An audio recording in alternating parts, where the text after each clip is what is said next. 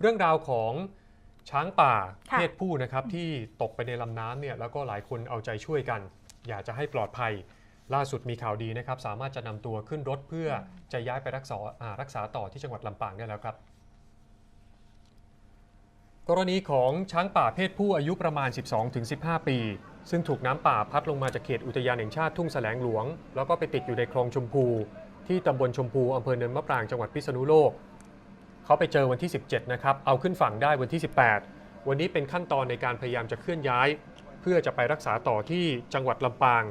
โดยเริ่มตั้งแต่เที่ยงทีมสัตวแพทย์ได้ทำการเคลื่อนย้าย จากจุดที่พักฟื้นอยู่ใต้ต้นยางใหญ่เพื่อจะไปขึ้นรถบรรทุก10ล้อซึ่งอยู่ห่างไปประมาณ300เมตรวิธีการก็คือใช้รถแบ็คโฮ2คันผูกเชือกไว้กับลำตัวช้างแล้วค่อยๆเคลื่อนที่ไปเรื่อยๆซึ่งก็ต้องยอมรับนะฮะว่าต้องใช้เวลามากพอสมควรด้านหนึ่งก็คือเขาต้องพยายามให้ช้างเนี่ยค่อยๆขยับไปเรื่อยๆเพราะว่า2ขาหลังเขาเนี่ยน่าจะมีปัญหานะครับเท่าที่คุณหมอตรวจเบื้องต้นคุณหมอบอกว่ายังไม่สามารถระบุอาการเจ็บป่วยได้ชัดเจนแต่ว่าประเมินแล้วขาน่าจะหักข้อสะโพกอาจจะหลุดและระบบประสาทมีปัญหาด้วยเนื่องมาจากว่าตอนที่เขาตกลงไปในน้ำอาจจะถูกอะไรกระแทกและที่สำคัญก็คือการนำช้างขยับขึ้นรถไปแบบนี้เขาขยับได้แค่ทีละนิดจริงๆนี่ฮะสังเกต2ขาหลังเนี่ยแทบจะเรียกว่าลากกับพื้นไปและใช้2ขาหน้านำไปนะครับขณะที่การเข้าไปช่วยเหลือช้างยังมีอาการตื่นคน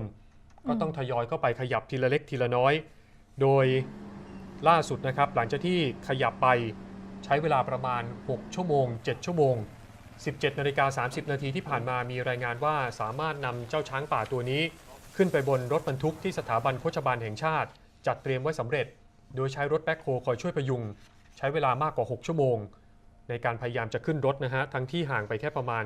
300เมตรแต่ว่าเขาขยับได้ช้าจริงๆแล้วก็ทีมสัตวแพทย์เขาบอกว่าระหว่างนั้นต้องใช้ฉีดยากระตุ้นนำน้ำนำอาหารมาให้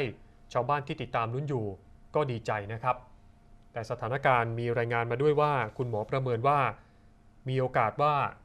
ช้างตัวนี้อาจจะพิการนะครับเพราะว่า2ขาหลังเขาที่เจ็บเนี่ยเขาเป็นช้างมีอายุและ 10-15 ปีน้ำหนักก็ไม่ต่ำกว่า5ตันคุณหมอบอกว่าถ้าเป็นช้างเด็กโอกาสรักษาหายเกินครึ่งแต่พอเป็นช้างอายุมากแล้วเนี่ยลักษณะอาการบาดเจ็บแบบนี้อาจจะแค่ประคองรักษาให้เขาดีขึ้นแต่ว่าอาจจะต้องเป็นอย่างนี้ไปตลอดแต่ว่าอย่างน้อยที่สุดความร่วมแรงร่วมใจของชาวบ้านและทุกหน่วยงานที่เกี่ยวข้องนำเขาไปหาคุณหมอที่ลำปางได้แล้วนะครับ